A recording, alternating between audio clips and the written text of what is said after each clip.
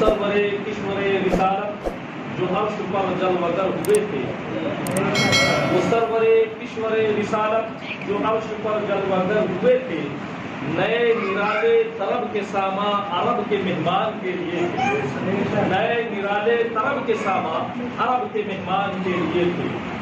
وہاں عرش پر یہاں فرش پر رچی تھی شادی مچی تھی دھومیں، وہاں عرش پر یہاں فرش میں رچی تھی شادی مچی تھی دھومیں، ادھر سے انوار ہنستے آتے ادھر سے نغمات اٹھ رہے تھے، ہنستے آتے ادھر سے نغمات اٹھ رہے تھے۔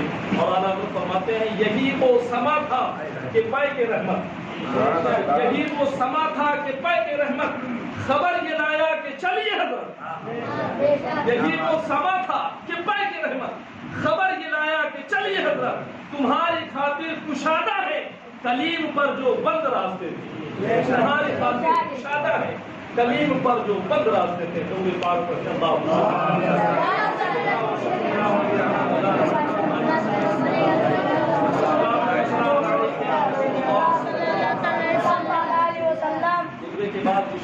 آیت کریمہ کی تلاوت کا شرف حاصل کیا، اس میں اللہ تبارک و تعالیٰ اپنے پیارے حبیب صلی اللہ علیہ وسلم کے سفر معراج کا تذکرہ فرما رہا ہے۔ اللہ تبارک و تعالیٰ نے پیارے حبیب صلی اللہ علیہ وسلم کو رجب المرجب کی 27ویں شب کو معراج پر بلایا۔ یہ معراج آقا کریم صلی اللہ علیہ وسلم کے معجزوں میں سب سے بڑے معجزوں میں دوسرے سب سے بڑا معجزہ ہے۔ یہ سب سے بڑا معجزے میں دوسرا سب سے بڑا معجزہ۔ پہلا سب سے بڑا معجزہ کون سا ہے؟ پہلا بڑا معجزہ قرآن پاک 1400 سال سے زیادہ کا عرصہ ہو گیا نازل ہوئے، جس طریقے سے پہلے دن نازل ہوا تھا ہو بہو آج بھی ہے اور انشاءاللہ صبح قیامت تک رہے گا۔ حضور کا وہ معجزہ ہے جو ہم اپنے آنکھوں سے دیکھتے ہیں۔ اور دوسرا سب سے بڑا معجزہ معراج مصطفیٰ صلی اللہ علیہ وسلم۔ یہ معراج کا جو معجزہ ہے، اس ایک معجزے میں سینکڑوں معجزے، اس ایک معجزے میں سینکڑوں معجزے۔ حضرت ام ہانی کے گھر آپ کا آرام فرمانا یہ بھی معجزہ، حضرت جبریل کا آنا یہ بھی معجزہ، جنت سے جوڑے لانا یہ بھی معجزہ، جنت سے امامہ لانا یہ بھی معجزہ، جنت سے سواری لانا یہ بھی معجزہ، قدم نبی کو بوسہ دینا یہ بھی معجزہ۔ پھر وہاں سے آگے بڑھیں، آپ کا شق صدر یعنی سینے کو چاک کرنا یہ بھی معجزہ، دل کو نکالنا یہ بھی معجزہ، دل کو پھر سینے میں رکھنا یہ بھی معجزہ۔ آگے بڑھیں، براق پر سوار ہونا یہ بھی معجزہ، براق کی سواری کرنا یہ بھی معجزہ، بیت المقدس جانا یہ بھی معجزہ، انبیاء کرام کی امامت کرنا یہ بھی معجزہ۔ اس کے بعد اور آگے بڑھے، آسمانوں کی طرف جانا یہ بھی معجزہ، پہلے آسمان پر جانا یہ بھی معجزہ، دوسرے پر جانا یہ بھی معجزہ، تیسرے پر جانا یہ بھی معجزہ، چوتھے پر جانا یہ بھی معجزہ، پانچویں پر جانا یہ بھی معجزہ، چھٹویں پر جانا یہ بھی معجزہ، ساتویں پر جانا یہ بھی معجزہ، سدرۃ المنتہا پر جانا یہ بھی معجزہ۔ اور آگے بڑھے، سدرۃ المنتہا سے اور آگے بڑھے، قاب قوسین اور ادنیٰ تک جانا یہ بھی معجزہ، رب کی بارگاہ میں حاضر ہونا یہ بھی معجزہ، رب سے کلام کرنا یہ بھی معجزہ، رب کا دیدار کرنا یہ بھی معجزہ، اور دیدار کر کے واپس آنا یہ بھی معجزہ، زنجیر کا ہلتے رہنا یہ بھی معجزہ، بستر کا گرم رہنا یہ بھی معجزہ، پانی کا بہتے رہنا یہ بھی معجزہ۔ تو اس ایک معجزے میں سینکڑوں معجزے ہیں، اگر انہیں پر گفتگو کیا جائے تو بات ختم ہو جائے گی، بات ختم نہیں ہوگی۔ اللہ تبارک و تعالیٰ نے ہر نبی کو ان کے شان، ان کی عظمت کے مطابق معراج کر دیا۔ آدم علیہ السلام کو بھی معراج ہوئی، ابراہیم علیہ السلام، موسیٰ علیہ السلام، عیسیٰ علیہ السلام، دیگر تمام انبیاء کرام علیہ السلام کو ان کی شان، ان کی عظمت کے مطابق اللہ نے معراج کرائی۔ موسیٰ کلیم اللہ کو جب یہ اعجاز بخشا گیا تو انہوں نے اس معراج کے حصول کے لیے 40 روزے رکھے. کتنے؟ 40 روزے متواتر رکھے. پاکیزہ لباس پہنا, وضو کیا, کوہ طور پر پہنا. اللہ تبارک و تعالیٰ نے کوہ طور سے 21 میل دور تک تمام ذی روحوں کو, یہاں تک کہ چینٹی کو بھی دور کر دیا. کیوں دور کر دیا؟ اس لیے کہ اللہ تبارک و تعالیٰ اور موسیٰ کلیم اللہ کے درمیان جو گفتگو ہوگی اس پر یہ لوگ خبردار نہ ہو جائیں. یہ لوگ کوئی ذی روح سمجھ نہ پائے, پتہ نہ چلے, اسے خبر نہ ہو کہ کیا گفتگو ہے. موسیٰ کلیم اللہ سے پھر نوازشوں کی بارشیں ہوتی ہیں. موسیٰ کلیم اللہ سے پھر اللہ تبارک و تعالیٰ کلام کر رہا ہے. موسیٰ کلیم اللہ نے جب اللہ تبارک و تعالیٰ کی گفتگو کو سنا تو دید کا شوق پیدا ہو. جس کے کلام میں اتنا مزہ ہے, اتنا سرور ہے, اتنی کشش ہے, اس کے چہرے کو دیکھا جائے. انسان کی یہ فطرت ہوتی ہے کہ جب وہ کسی سے گفتگو کرتا ہے یا کسی کی گفتگو سننا چاہتا ہے, سنتا ہے, وہ اس کے چہرے کو بھی دیکھنا چاہتا ہے. مثال کے طور پر آج کل بہت بڑے بڑے مقرر دنیا میں موجود ہیں, ان کی کیسٹیں موجود ہیں.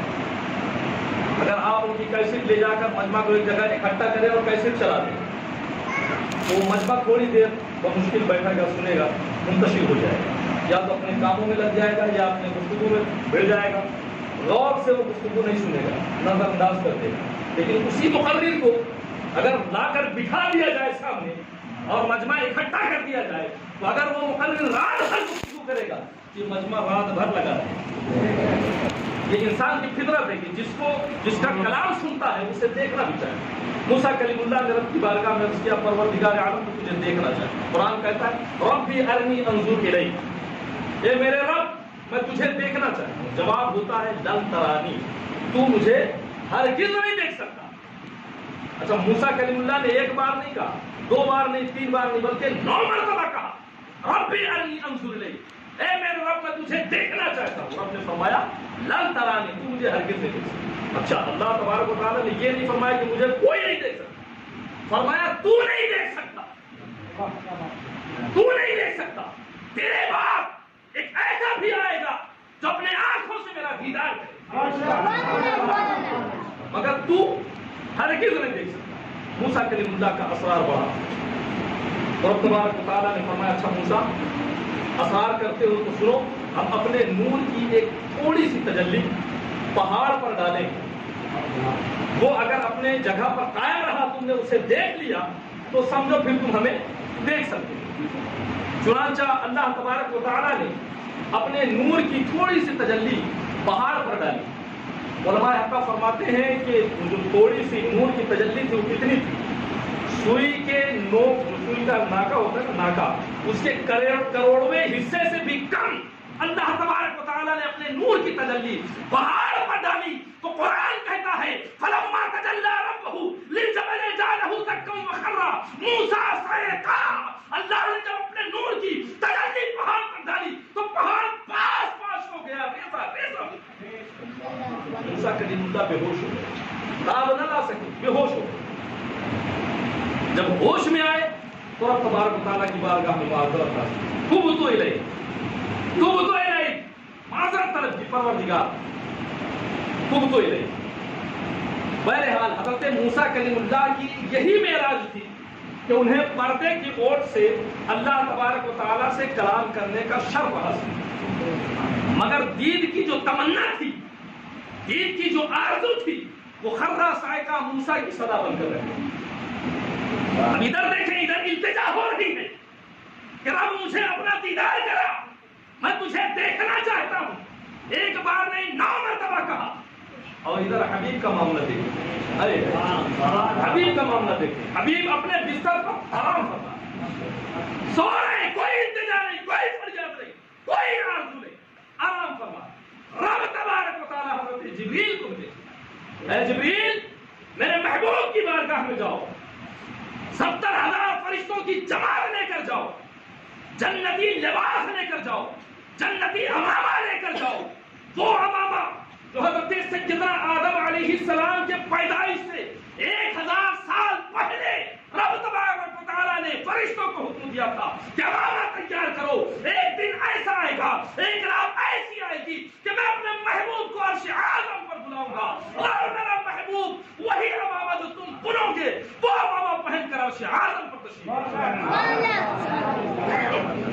1000 سال پہلے حضرت آدم علیہ السلام کی پیدائش سے پہلے معلوم یہ ہوا کہ یہ جو معراج کا معجزہ یہ اچانک نہیں ہوا، یہ اچانک نہیں ہوا۔ رب تبارک و تعالیٰ کی منشا پہلے سے ہی تھی کہ میں اپنے محبوب کو ایک دن عرش اعظم پر بلاؤں۔ اچھا، جو فرشتوں کی جماعت اللہ تبارک و تعالیٰ نے بھیجا، کہا 70,000 فرشتے لے کر جاؤ۔ وہ 70,000 جو فرشتے تھے نا، وہ 70,000 فرشتے کمانڈر تھے۔ ان 70,000 فرشتوں کے انڈر میں 70,000 فرشتے، اندازہ لگاؤ کتنے فرشتے رہے ہوں گے۔ وہ 70,000 فرشتے کمانڈر، اور ان کمانڈر کے انڈر میں 70,000 فرشتے وہ آئے رسول اعظم صلی اللہ علیہ وسلم کی بارگاہ حضور کو لینے کے لیے۔ وہاں موسیٰ کلیم اللہ التجا کر رہے ہیں، اور یہاں آقا کریم صلی اللہ علیہ وسلم کو خود رب تبارک و تعالیٰ بلا رہا۔ اپنا جانا اور ہے، کسی کا بلانا اور ہے۔ اپنے سے جانے میں وہ مزہ نہیں، وہ لطف نہیں، کسی کے بلانے میں جو لطف ہوا کرتا ہے۔ حضرت سیدنا جبریل امی 70,000 نوری فرشتوں کی جماعت لے کر نبی کریم صلی اللہ علیہ وسلم کی بارگاہ میں حاضر ہوئے۔ کیا دیکھتے ہیں کہ آقا کریم صلی اللہ علیہ وسلم آرام فرما رہے ہیں۔ آقا کریم صلی اللہ علیہ وسلم کی یہ عادت کریمہ تھی کہ آپ پیر پھیلا کر نہیں سویا کرتے، مگر آج کی رات پیر پھیلا کر سو، آج کی رات پیر پھیلا کر سو۔ اور ایک عادت تھی، حضور صلی اللہ علیہ وسلم چہرے کو ڈھک کر نہیں سویا کرتے، مگر آج چہرہ ڈھک کر سو رہے۔ یہ بھی ایک محبوب کی ادا ہوا ہے۔ حضرت سیدنا جبریل امی آئے، دیکھا حضور آرام فرما ہے، کیا کریں، کیسے جگائیں؟ بول کر جگاتے ہیں تو بے ادبی ہوتی ہے، خاموش کھڑے رہتے ہیں تو مقصد فوت ہوتا ہے۔ رب کی بارگاہ میں عرض کرتے ہیں، پروردگار یہ تیرا اور تیرے محبوب کا معاملہ ہے، تو کہتا ہے جلدی لے کر آؤ، مگر تیرے محبوب آرام فرما رہے ہیں۔ پروردگار تو بتا تیرے محبوب کو کیسے بیدار کیا ہے؟ رب تبارک و تعالیٰ کی طرف سے طریقہ بتایا ہے، سبحان اللہ تبارک و تعالیٰ کی طرف سے طریقہ بتایا جاتا ہے کہ جبریل میرے محبوب کے ناظرین تلووں پر اپنے نورانی ہونٹوں سے مس کرو، ٹھنڈک محسوس ہوگی، میرا محبوب بیدار۔ سیدنا جبریل امی کا مقام تمام فرشتوں کے سردار ہیں، اور اس سردار سے رسول رحمت کا طلبہ منوایا جا رہا ہے۔ حضرت سیدنا جبریل امی دستے اقدس پر بوسہ دے کر بھی جگا سکتے تھے، پیشانی پر بوسہ دے کر بھی جگا سکتے تھے، مگر نہیں، رسول رحمت کا طلبہ منوایا جا رہا ہے، جو اس بات کی دلیل ہے کہ جہاں سے ملائکہ کی ملکیت ختم ہوتی ہے وہیں سے نبی کی نبوت شروع ہوتی ہے۔ ہوئے ہیں گردراہ منزل میں، نہ جانے کس قدر اونچا ہے کاشانہ محمد کا، نہ جانے کس قدر اونچا ہے کاشانہ محمد کا۔ حضرت جبریل قدم مبارک کی جانب آپ تشریف لاتے ہیں، آقا کریم صلی اللہ علیہ وسلم کے تلووں پر اپنی نورانی ہونٹوں کو، اپنی کافوری پتلیوں کو، اپنے پیشانیوں کو، نبی کریم صلی اللہ اپنی پیشانی کو نبی کریم صلی اللہ علیہ وسلم کے تلووں پر مس کرتے ہیں، ٹھنڈک محسوس ہوتی، آقا کریم صلی اللہ علیہ وسلم بیدار ہوتے۔ فرمایا جبریل کیسے آنا؟ ادا دیکھا کیسے آنا؟ حضرت جبریل عرض کرتے ہیں، یا رسول اللہ، اللہ تبارک و تعالیٰ آپ کو سلام فرماتا ہے اور آپ کو بلا رہا ہے، ملاقات کا مشتاق ہے، میں آپ کو لے جانے کے لیے حاضر ہوں، میں آپ کو لے جانے کے لیے حاضر ہوں۔ آقا فرماتے ہیں کہ میں خود، آقا خود فرماتے ہیں کہ پھر میں نے غسل کا ارادہ فرمایا، غسل کیا،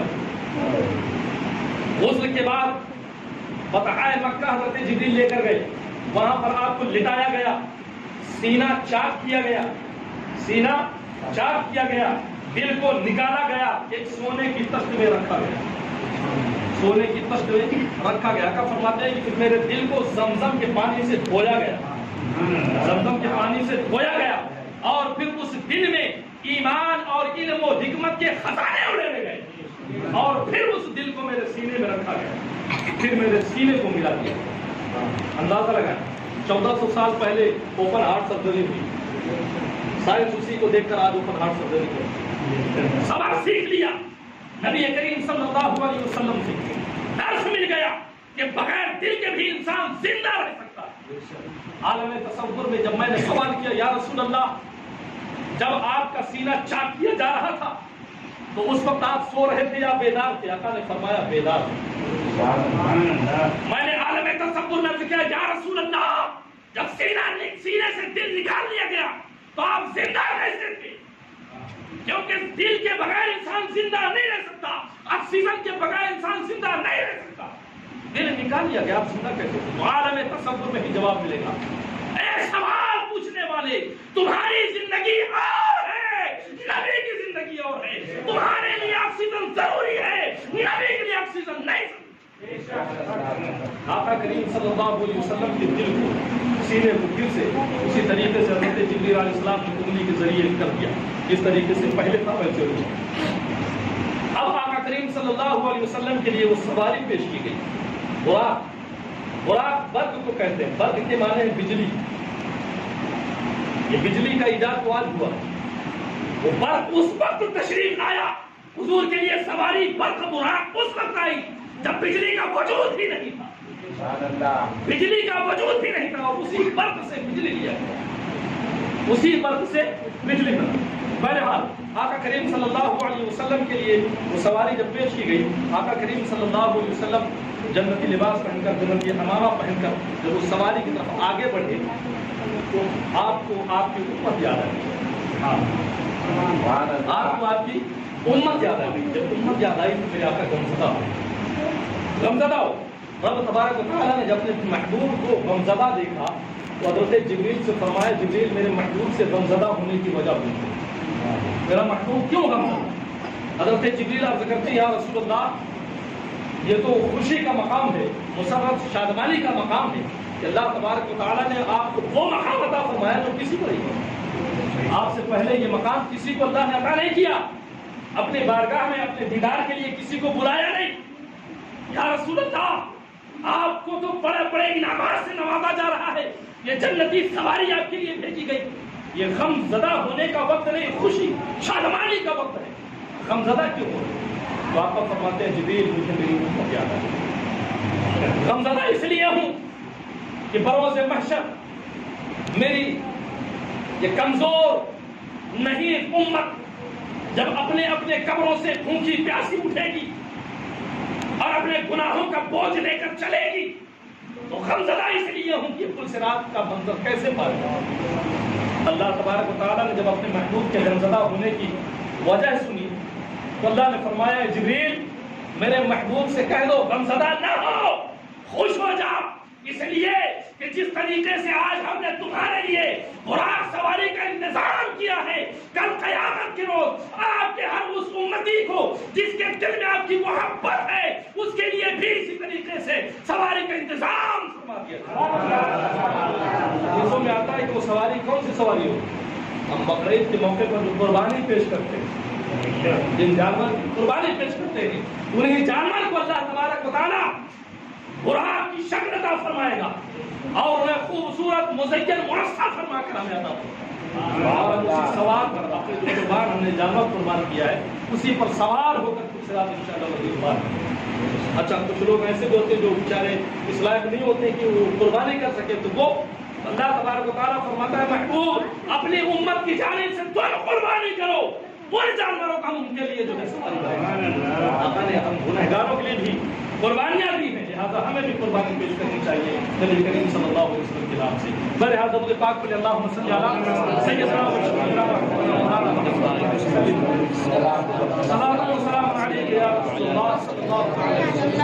اس کے بعد آقا کریم صلی اللہ علیہ وسلم جو گھوڑے پر سوار، اس براق پر سوار ہونا چاہا تو وہ جو براق تھا وہ تھوڑا شوخی میں آیا، شوخی میں آیا تو حضرت جبریل نے اسے ڈانٹا ٹھنڈا کیا، براق یہ کیا کر رہا ہے؟ شوخی، مجھے معلوم نہیں تجھ پر کون سوار ہونے والا۔ وہ براق کان پہ سینہ چھوڑ دیا، عرض کرتا ہے اے جبریل امی، میں شوخی میں مچل نہیں رہا ہوں بلکہ میں اس لیے مچل رہا ہوں کہ اپنی خوش قسمتی پر مچل رہا ہوں، کہ میرا یہ نصیب، میری خوش قسمتی کہ آقا کریم صلی اللہ علیہ وسلم مجھے پر سوار ہو۔ اس نے حضرت جبریل کی بارگاہ میں عرض کیا جبریل حضور سے عرض کریں کہ جس طریقے سے آج آپ مجھ پر سواری فرما رہے ہیں بروز محشر بھی مجھ پر ہی سواری فرمائیں، بروز محشر مجھے فراموش